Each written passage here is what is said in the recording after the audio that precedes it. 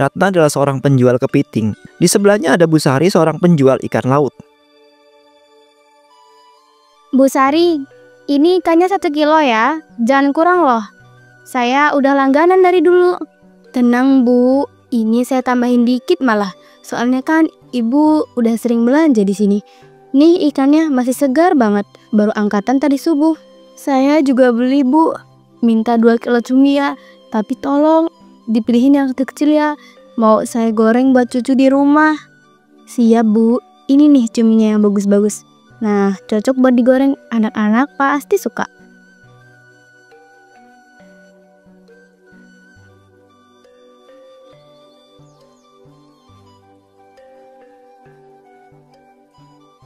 Ih, ramai banget sih lapaknya Bu Sari. Padahal kan ikannya juga gitu-gitu aja. Kenapa sih orang-orang pada nggak ada yang lirik kepitingku ini? Padahal kan Dani udah capek-capek nyari sampai ke tengah laut. Tiap hari aku bangun pagi, nyiapin semuanya. Tapi ya hasilnya gini-gini lagi. Sampai kayak kuburan. Apa aku salah tempat ya? Atau emang rezeki aku belum nyampe hari ini?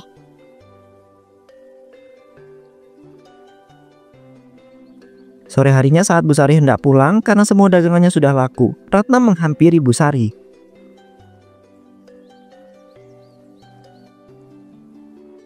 Bu Sari, maaf ganggu sebentar. Aku lihat tadi dagang Ibu laris banget ya. Wah, cepet banget habisnya. Aku dari tadi duduk aja nunggu pembeli. Tapi nggak ada satupun yang datang ke lapak aku. Oh, itu ya Bu Ratna. Mungkin hari ini memang rezeki saya aja. Saya juga nggak nyangka dagangannya bisa habis cepat itu. Ya, namanya juga jualan. Kadang rame, kadang sepi. Apa mungkin karena aku jualan kepiting ya Bu? Apa aku harus ganti jualan juga kayak Ibu? Jualan ikan misalnya. Kadang kan aku kepikiran gitu. Aduh Bu, saya juga nggak bisa kasih saran banyak. Saya cuma jual apa yang bisa. Kalau Ibu Ratna udah cocok sama kepiting, ya jalanin aja dulu. Mungkin emang belum waktunya rame. Iya sih Bu, tapi tiap hari sepi terus loh. Ya sudahlah, makasih ya Bu. Iya Bu Ratna, saya pulang dulu ya. Semoga dagangan Ibu laku nanti sore. Jangan nyerah ya Bu. Bu Sari kemudian pulang, sedangkan Ratna tetap melanjutkan berjualan. Kepiting segar, ayo kepitingnya masih hidup. Bisa buat saus padang, saus tiram, rebus juga enak. Ayo Bu, Ibu yang mau masak spesial hari ini. Kenapa sih mereka nggak ada yang tertarik sama kepiting?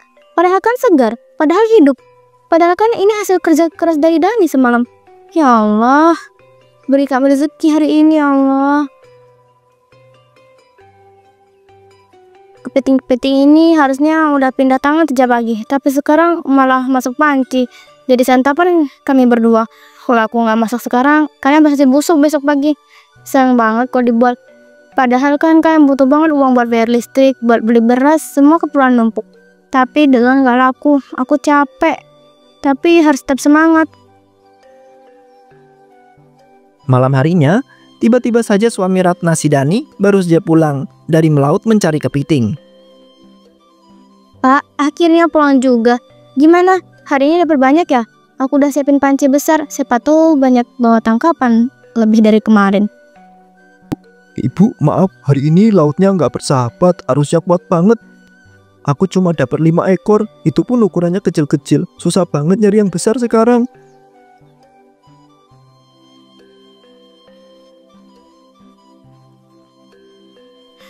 Ekor, ya Allah. Terus kita mau jual apa besok? Ini aja yang tadi pagi aku bawa ke pasar, nggak ada yang beli satupun. Akhirnya aku masak aja buat kita berdua daripada busuk. Serius Bu, nggak laku satupun. Serius Bu, nggak laku satupun. Iya Pak, dari pagi sampai pasar mulai sepi, nggak ada satupun pembeli mampir ke lapakku. Sebelahku malah rame banget, ikan-ikan Bu Sari ludes dalam waktu 2 jam. Aku cuma bisa liatin dari kejauhan. Malu rasanya, tapi aku nggak nyerah kok. Maaf ya Bu, aku udah usaha keras hari ini, tapi lautnya benar-benar nggak ramah. Aku pikir kalau kamu itu bisa lakuin sisa di pasar, aku tinggal fokus di laut. Tapi ternyata semuanya susah ya. Bukan salah Bapak juga Pak. Kita sama-sama udah berusaha semampu kita. Aku tahu Bapak kerja keras, aku juga nggak nyalahin siapa-siapa. Cuma sedih aja, rasanya kayak usaha kita nggak dihargain. Besok kita coba lagi ya Bu, siapa tahu laku. Mungkin kita ubah cara penyajiannya atau ganti strategi jualannya aja. Iya, kita coba terus sampai benar-benar berhasil. Asal jangan berhenti.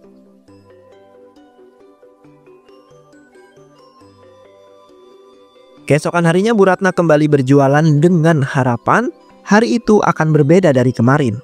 Hari baru, semangat baru. Harusnya begitu kan. Tapi entahlah kenapa hati ini tetap aja berat.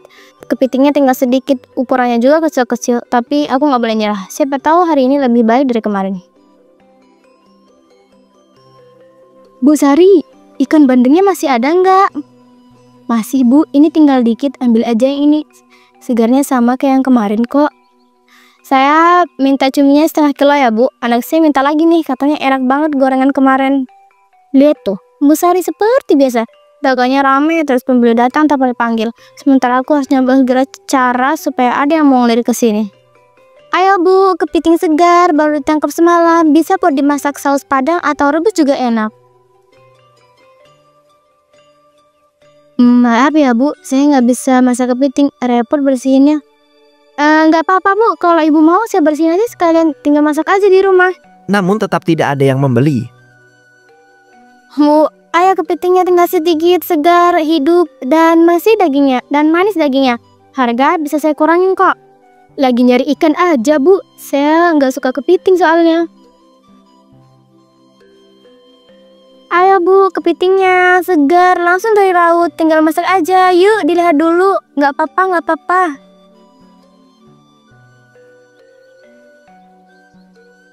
Sore harinya karena melihat Ratna sedih karena tidak ada yang laku, Bu Sari menghampiri Ratna.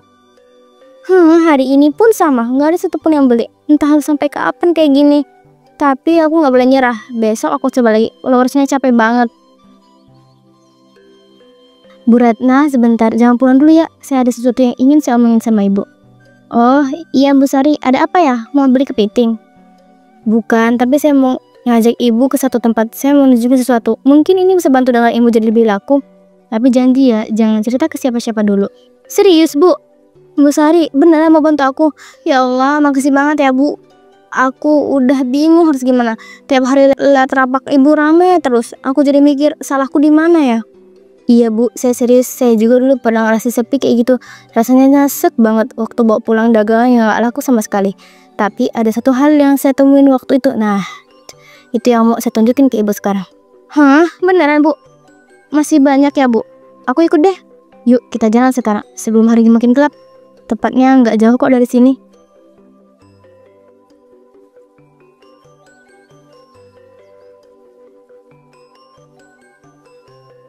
Namun ketika sampai di tujuan, Ratna terkejut karena mereka sampai di sebuah gubuk di tengah hutan. Bu Sari, tempat apa ini? Kenapa kita ke sini?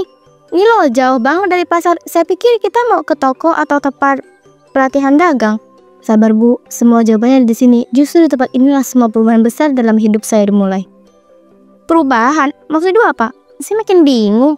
Saya pikir Ibu mau bantu saya jualan, bukan ngajak saya ke tempat seperti ini. Bu Ratna, saya cerita jujur ya, dagangan saya itu bisa laku keras bukan cuma karena kualitas atau cara saya jualan, tapi karena saya dibantu oleh sesuatu yang lebih, sesuatu yang tidak bisa dilihat oleh mata kita. Apa maksud Ibu? Saya ikut pesugihan Bu Ratna. Itu sebabnya lapak saya selalu ramai. Itu sebabnya pembeli datang selisih berganti. Tanpa saya harus berteriak-teriak. Apa? Pesugihan? Ya Allah, Ibu serius? Tapi itu kan gak benar Bu. Itu jalan yang salah. Salah atau benar itu tergantung di mana kita melihatnya. Yang penting hasilnya nyata. Sedih seperti Ibu. Nangis setiap malam, dagang gak laku, suami sakit-sakitan. Tapi setelah saya datang ke sini dan melakukan perjanjian, hidup saya berubah. Enggak Bu, saya nggak bisa. Saya nggak mau. Saya percaya rezeki datang dari Tuhan, bukan dari hal-hal kayak gini. Maaf, saya mau pulang aja. Tunggu dulu Bu. Ibu belum lihat semuanya. Jangan buru-buru pergi. Kalau Ibu pergi sekarang, hidup Ibu nggak akan berubah. Ibu bakal tetap jualan kepiting yang nggak laku. Mau hidup seperti itu terus? Ibu yakin mau hidup seperti itu terus? Sudah waktunya. Namun karena sudah tidak ada pilihan lain, Bu Ratna kemudian mengikuti Bu Sari masuk ke dalam rumah dukun tersebut. Nyai, maaf ganggu malam-malam. Seperti biasa saya datang untuk memohon berkah dan kali ini saya membawa seseorang yang ingin menyaksikan langsung. Kalian datang di waktu yang tepat. Bulan sudah tinggi. Malam ini angin laut membawa jawaban. Ayo ikuti aku. Nyai Tumirah mengajak mereka ke pintu belakang rumahnya. Ya Allah, ini tempat apa sih? Kenapa malah ke tebing? Diam, dengarkan suara malam. Laut sedang membuka rahasianya. Ini bunganya, taburkan ke laut. Baca mantra yang akan kutuntun. Jangan satu kata pun yang salah. Iya Nyai, saya siap. Siji loro telu sak panjenengan sewu kampang munggah roh ngerupan kula nyuwun berkahing segoro kidul. Siji loro telu sak panjenengan sewu kampang munggah roh pengiripan kula nyuwun berkahing segoro kidul. Bu Sari menaburkan bunga ke laut dan tiba-tiba saja muncul sekarung ikan di samping Bu Sari. Lihat Bu Ratna, ini hasilnya ikan laut segar semua. Langsung dari lautan, gak perlu lempar jala, gak perlu ngedayung, semua datang sendiri. Beneran muncul, beneran ada. Saya pikir tadi cuman simbolik, tapi ini nyata. Begitulah pesugihan laut. Asal kau mau bersedekah dan tunduk, lautan akan memberimu apapun yang kau mau. Bu Ratna, saya ajak ke sini bukan buat nakutin, tapi supaya Ibu lihat sendiri kenyataannya. Rezeki itu bisa dikejar dengan berbagai cara, termasuk cara ini. Tapi nggak ada konsekuensi. Apa nggak ada harga yang harus dibayar? Semua di dunia ini ada gantinya. Tapi jika kamu bersih hatinya dan patuh pada aturan, kamu akan tetap selamat. Kamu nggak usah harus jawab sekarang. Pikirin baik-baik. Tapi ingat, kesempatan ini nggak datang 2 kali. 5 menit kemudian. Mereka kemudian pulang ke rumahnya. Ratna, kamu dari mana aja? Aku udah nunggu dari tadi. Tadi sore kamu itu nggak pulang-pulang. Aku jadi khawatir. Maaf ya Pak, aku tadi habis beres-beres lapak. Terus diajak mampir sebentar ke rumah Bu Sari. Nggak lama kok, cuman ngobrol-ngobrol sebentar aja. Ke rumah Bu Sari? Emangnya ngobrol apa sampai malam begini? Ya ngobrolin soal jualan Pak. Bu Sari itu kan baik banget. Dia nyemangatin aku, katanya jangan nyerah. Walaupun dagangan belum laku, tapi dia kasih saran-saran juga biar lapakku bisa mulai ramai. Oh gitu, ya udah kalau gitu. Kamu pasti capek banget ya. Udah makan belum? Belum Pak, aku tadi mikir nunggu Bapak dulu biar kita makan bareng. Ya udah, yuk kita makan sekarang. Aku juga udah lapar banget ini. Soalnya tadi siang cuma makan sepotong singkong aja.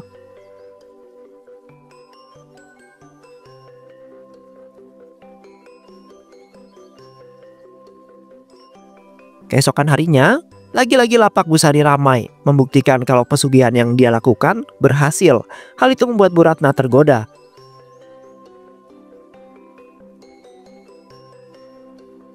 Bu Sari, nanti kalau Ibu udah selesai dagang, bisa temenin saya ke tempat itu lagi nggak?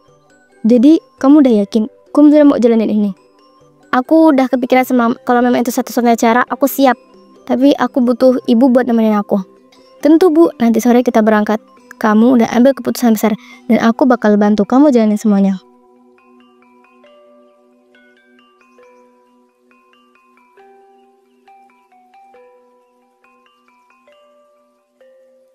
Pak, aku udah mutusin besok sore aku mau ikut Bu Sari ke tempat itu lagi. Aku mau jalanin pesugihan itu. Apa? Ibu serius? Ibu mau ambil jalan kayak gitu? Itu bukan rezeki, itu perjanjian yang nggak jelas, Bu. Aku udah mikir panjang Pak, kita udah usaha sekuat tenaga, tapi tetep aja nggak cukup. Aku capek dengan aku nggak laku, aku capek lah Bapak pulang dengan hasil sedikit. Tapi itu bukan alasan untuk melangkahi batas. Kita masih bisa usaha, masih bisa cari jalan lain. Jangan jual jiwa kita cuma buat lakuin dagangan, Bu. Lalu sampai kapan kita harus kayak gini terus? Nunggu keajaiban? Rezeki nggak akan jatuh dari langit kalau kita cuma duduk pasrah Pak. Kalau caranya harus lewat pesugihan, lebih baik kita itu miskin selamanya daripada hidup nyaman tapi menggadaikan iman, Bu. Tiba-tiba datanglah Bu Sari.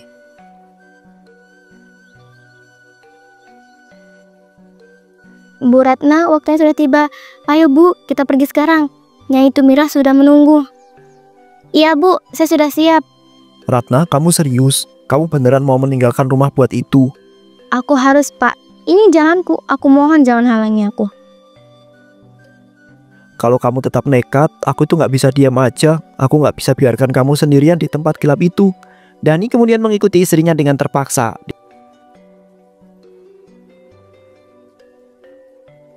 Di tempat ritual biasanya. Ibu Ratna, karena apa yang kamu jual berbeda dari Sari, maka ritualnya pun tidak sama. Kepiting itu bukan sekedar hewan laut, dia makhluk yang hidup di 2 alam, air dan darat. Maka caranya juga tidak bisa disamakan dengan ikan. 5 menit kemudian. Kembang lautan roh penjaga karang. Kuala nyuwun bukakan lawang rezeki kanggo kepiting mupa jiwa. Bukakan lawang rezeki kanggo kepiting muka jiwa. Namun, tidak ada perubahan yang terjadi. Nyai, kenapa nggak ada apa-apa? Nyai, kenapa nggak ada apa-apa? Apa saya salah baca? Apa saya kurang sungguh-sungguh? Tidak, kamu sudah lakukan bagianmu. Tapi ritualnya belum selesai. Untuk mendapatkan apa yang kamu mau, kamu harus ambil sendiri dari dasar laut. Lompatlah dan biarkan laut memberikannya langsung padamu. Lompat dari sini. Kamu harus percaya, ini ujian keyakinanmu. Kalau kamu benar-benar ingin berhasil, maka lompatlah. Laut tak akan menyakitimu kalau niatmu tulus dan hatimu percaya. Saya percaya. Tanpa pikir panjang, Bu Ratna langsung melompat dari tebing. Retno! Dan langsung berlari dan ikut melompat ke laut mengejar tubuh sang istri. Nyai, dia benar-benar loncat dan suaminya juga. Dia terlalu terburu-buru, tapi mungkin laut akan tetap menerimanya. Pak, tolong, aku gak bisa berenang. Aku takut, tolong aku. Tenang Bu, pegangan sama aku, pegangan yang kuat. Tapi Bu Sari dan Nyai hanya diam melihat Dani berusaha agar tidak tenggelam. Ngapain malah diem aja? Ayo cepetan bantuin. Kenapa kalian malah diem aja? Tolong, woi tolong. Namun seketika ombak besar datang dan menyapu Dani dan juga Ratna hingga menghilang. Akhirnya semuanya berjalan sesuai rencana. Ratna benar-benar percaya padaku dan sekarang dia sudah jadi tumbal. Ilmuku akan makin kuat, daganganku akan makin laris. Hahaha. Ratna, terima kasih ya, kamu sudah membantu aku. Berkat kamu aku bisa makin berjaya. Kepitingmu, hidupmu, semua gak sia-sia. Iya, dan sekarang giliranmu Sari. Apa? Maksudnya apa? Kenapa ngomong kayak gitu? Kamu terlalu rakus, terlalu banyak bicara. Dan pesugihan bukan cuma soal pengambil, tapi juga pemberi. Dan malam ini, kamu adalah pemberian yang sempurna. Nyai, enggak, ini bukan bagian dari perjanjian. Saya cuma cari numbal, bukan jadi tumbal. Tapi tumbal sejati adalah yang tidak sadar bahwa dirinya sedang dikorbankan. Nyai Tumira lalu mendorong Sari hingga jatuh dari tebing. Tolong Nyai, saya nggak bisa berenang, tolong. Terima kasih Bu Sari atas pengabdianmu. Tumbalmu akan memperkuat pemberkasan ilmuku 100 kali lipat. Pengkhianat, Nyai licik, kamu pikir kamu bisa bebas dari kutukanku? Aku akan kutuk kamu akan binasa karena kesalahanmu sendiri. Tiba-tiba langit menggelap dan petir menyambar Nyai Tumira. Tidak. Seketika Nyai Tumira berubah menjadi abu. Hahaha, rasain tuh kamu Nyai palsu, kena juga akhirnya. Hahaha. Tunggu, aku nggak bisa berenang. Tolong siapapun. Aku tuh. Bu Sari yang tidak bisa berenang akhirnya tenggelam ke dalam laut dan tak pernah ditemukan.